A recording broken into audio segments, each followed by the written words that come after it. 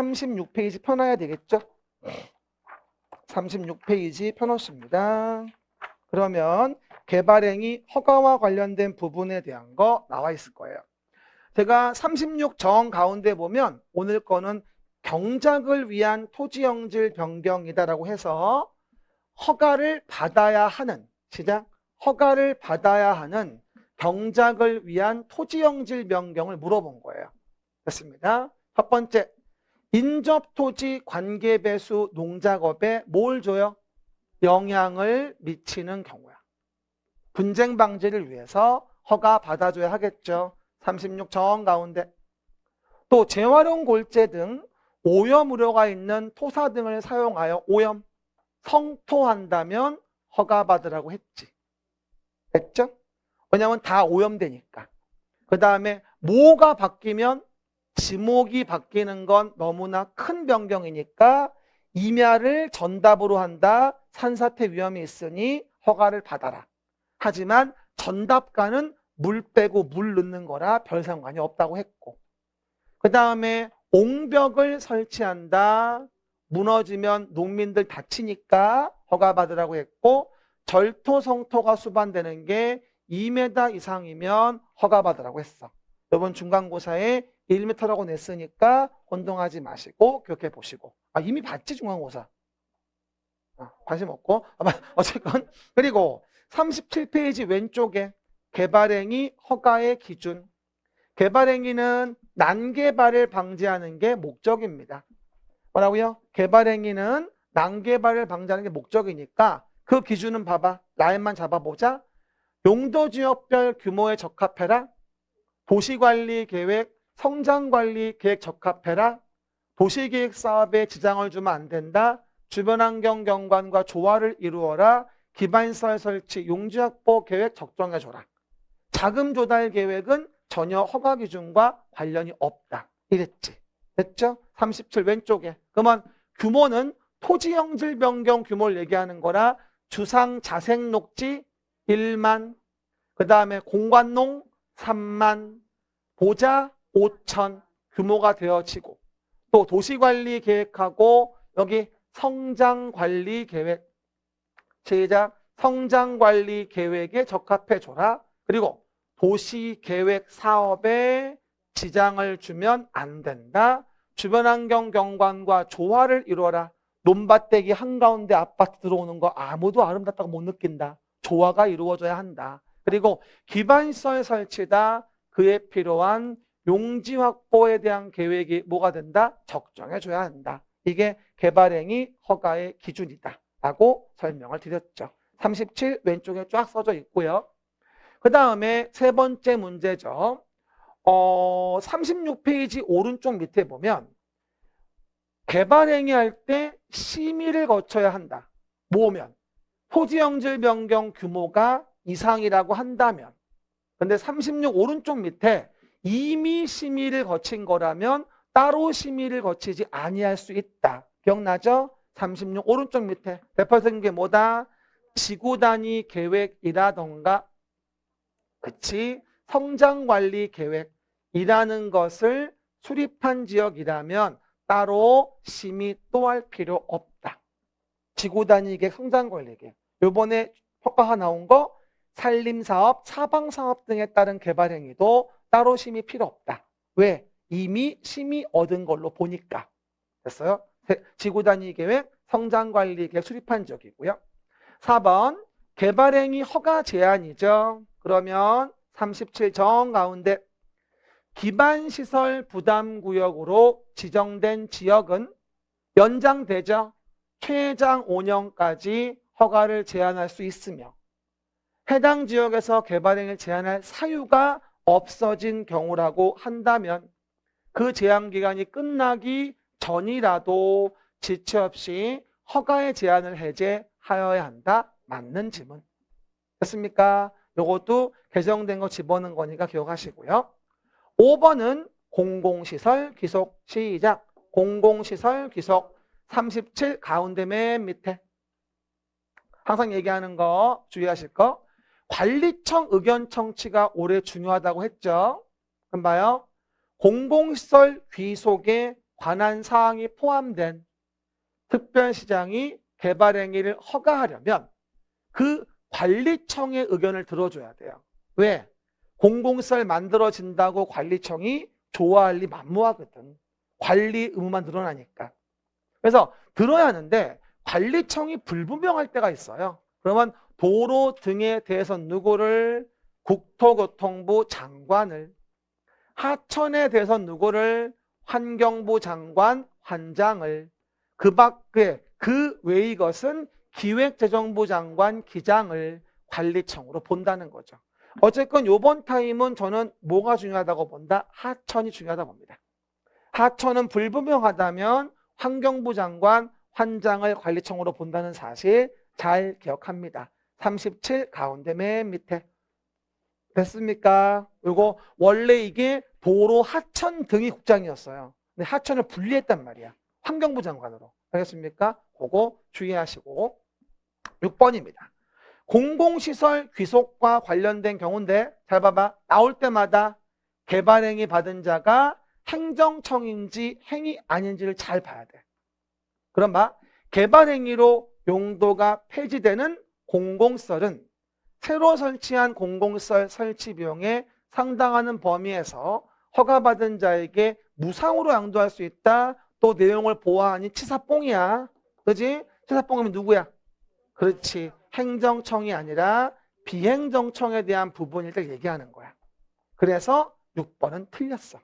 됐습니까? 비행일 때 종래 것은 뭐다? 치사뽕이 되어주는 부분이니까. 그렇죠? 쓴 만큼만 종전걸 준다 이런 얘기죠. 그래서 뭐가 되죠? 6번에 대한 부분은 X다라고 이해하시면 되고요. 7번 좀 봐봅시다. 도시계획사업 외의 개발행위로서 토지 분할과 물건의 적치행위를 하고자 한다면 특별시의 경우 특별시장에게 허가를 받는 걸 맞아요. 경미 빼고는. 그죠? 하지만 37 오른쪽 위에 있듯이 준공검사를 받진 않아요. 분물은 준공검사 없다. 37 오른쪽 끝에. 시작. 분물은 준공검사 없다. 토지 분할과 물건 적치는 37 오른쪽 끝에 준공검사가 없거든. 요게 내가 이걸 왜 냈냐면 여러분들이 토지 분할과 물건 적치는 또 아예 허가를 안 받는 걸로 오해하는 분들이 있더라고.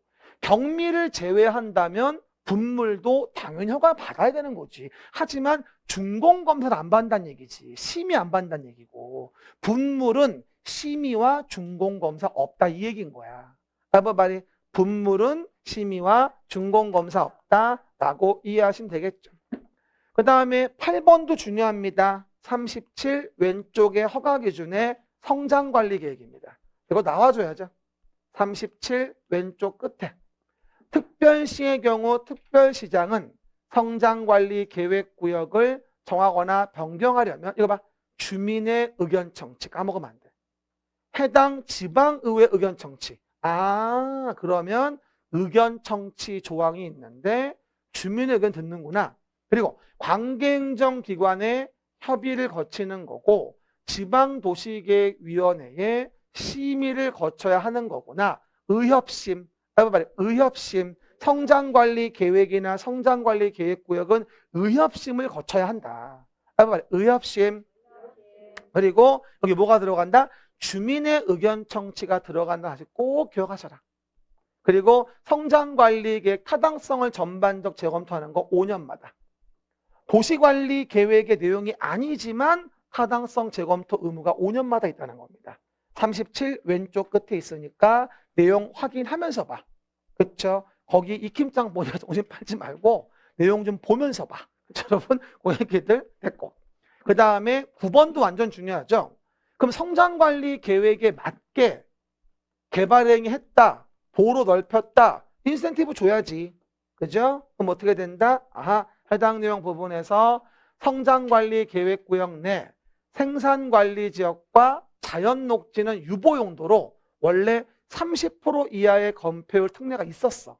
근데 이제는 보전용도인 농림지역 생산녹지까지도 건폐율 얼마? 30% 이하로 원래 다 20이지만 완화시키는 특례가 들어왔다. 용적률은 계획관리만 125%고 계획관리지역은 성장관리 계획대로 했다면 건폐율 50에 용적 125. 나머지는 뭐가 돼? 건폐율만 30. 지금은 건폐율만 물어본 거야. 기억하셔. 한번 나와야 돼요. 그 정도 명심하시고. 그 다음에 넘어가시면 38페이지 개발밀도관리구역 왼쪽 밑에 지정기준. 특별시의 경우 특별시장은 당해 지역의 도로율이 국토교통부령으로 정하는 도로율의 몇 퍼센트?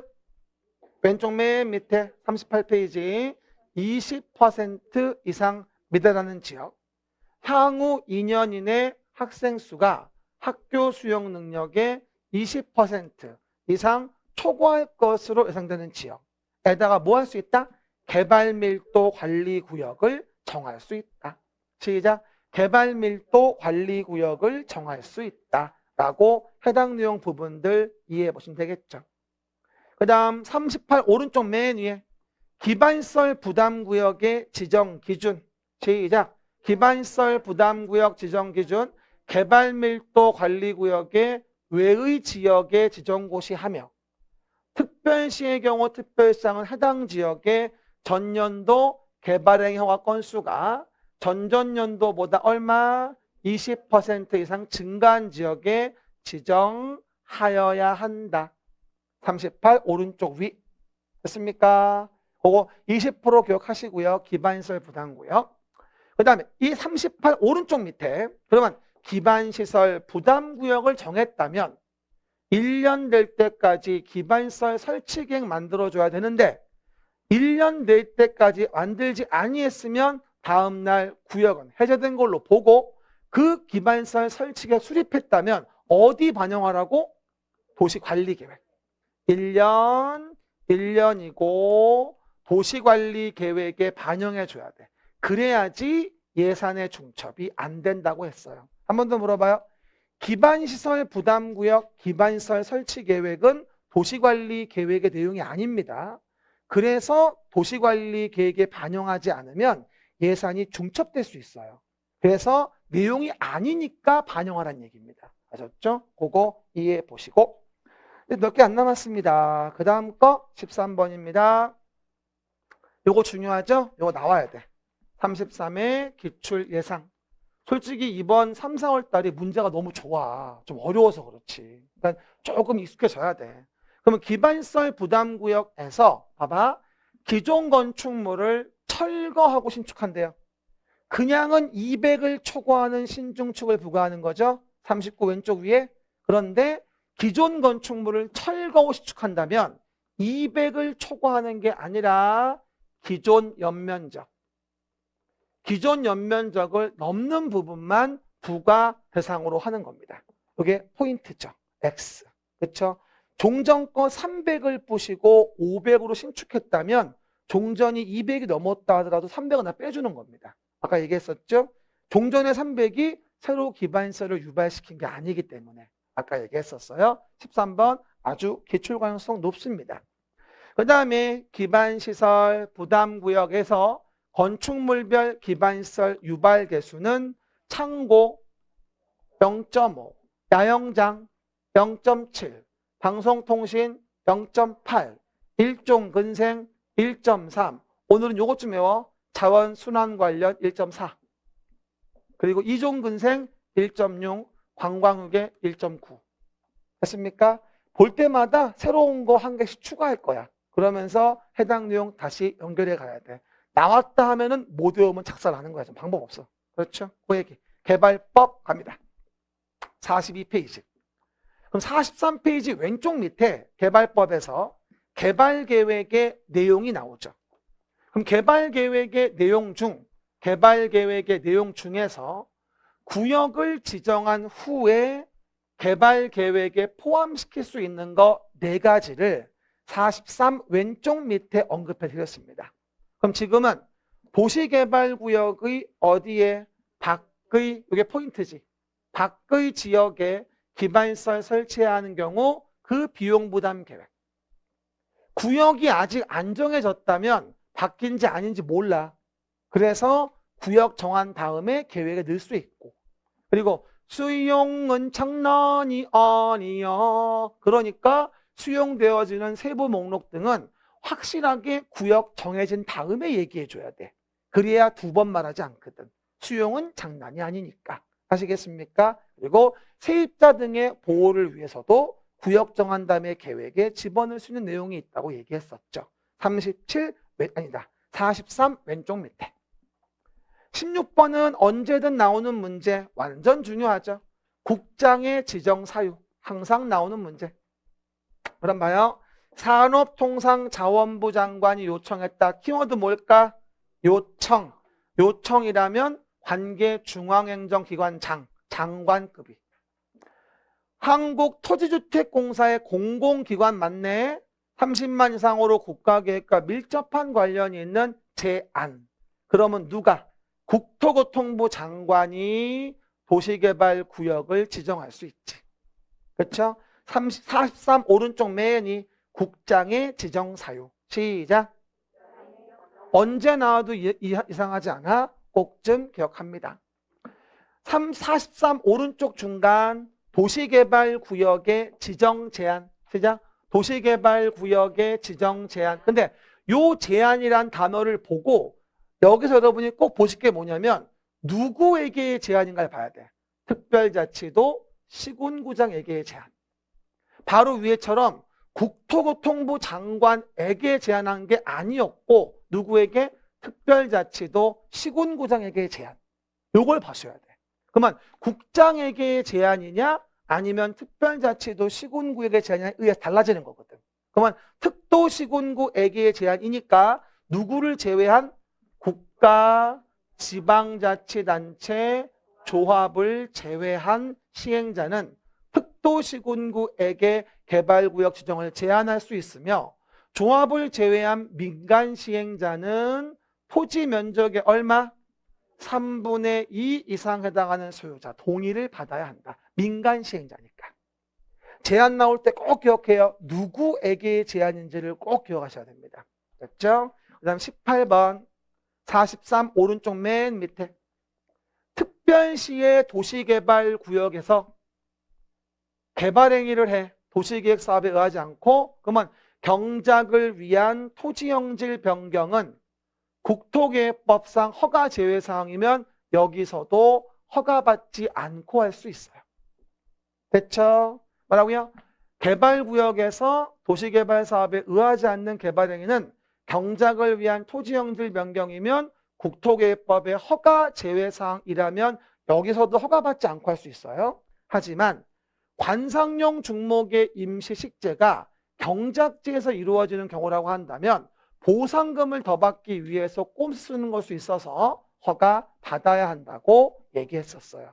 참 잘 뜨는 문장이니까 경작만 놓고 혼동하시면 안 돼요. 그래서 O라고 18번 이해할 수 있겠고요. 19번은 44페이지 왼쪽 위 중요하죠. 이번에 동의자 수와 관련된 부분이죠. 산정 방법. 어떻게 해야 동의가 쉬울까? 시작. 어떻게 해야 동의가 쉬울까? 그게 동의자 수 산정 방법의 기준인 거죠. 1인이 둘 이상 필지 토지를 단독 소유했대요. 그럼 수에 관계없이 소유자 1인으로 보고 또 둘 이상의 뭐가 된다? 필지의 토지를 소유한 시작. 둘 이상의 필지 토지를 소유한 공유자가 동일해. JK, JK, JK 이런 식으로. 그럼 뭐가 된다? 대표하는 1인을 소유자로 본다. 맞는 질문이에요. 후단 부분이 신설된 거라 기억 좀 하셔야 돼요. 그렇죠? JK, JK, JK 또는 AB, AB, AB, AB 이런 식으로. 이해갑니까? 공유자와 동일하게 한다면 탈법의 우려가 있어서 다 한 명으로 봐요. 됐죠? 그 얘기다. 그 다음 20번 44 왼쪽 맨 밑에 개발구역 지정 해제. 항상 해제된 것으로 본다 이런 질문 나오면 어디부터 어디까지인지 봐야 돼. 도시개발구역이 앞에 나왔고 뒷부분이 개발계획 나왔지. 그럼 몇 년이어야 돼? 2년인 거지. 어디부터 어디까지인지 봐야 돼. 개발계획이 뒤에 나오면 2년이지. 그럼 도시개발구역 지정고시 되고 2년 될 때까지 개발계획을 수립고시하지 아니했다면 그 2년 되는 날 다음 날 뭐하죠? 도시개발구역은 해제된 것으로 본다. 다만 면적이 얼마? 330만 이상인 경우는 5년으로 한다. 이게 33회 때 문제였었어요. 그렇죠? 정리합시다. everybody 정리. 오늘은 개발행위 허가 관련된 거 쫙 봤고요. 개발법에서 개발계획을 만들어 도시개발구역 정하는 것까지는 봤어요.